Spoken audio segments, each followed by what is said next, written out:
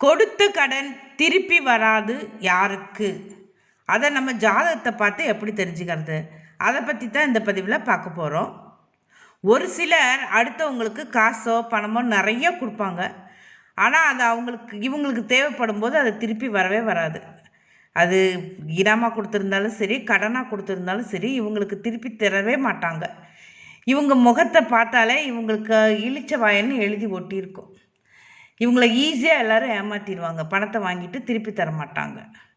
அப்படி இருக்கிறவங்க, இந்த ஜாதகத்தில் இந்த அமைப்பு இருக்கிறவங்க கொஞ்சம் உஷாராக இருக்கணும். பண விஷயத்தில் யாருக்கும் அதிகம் கொடுக்கக்கூடாது. சரி, அதை என்ன அமைப்பு அதை பார்க்கலாம்.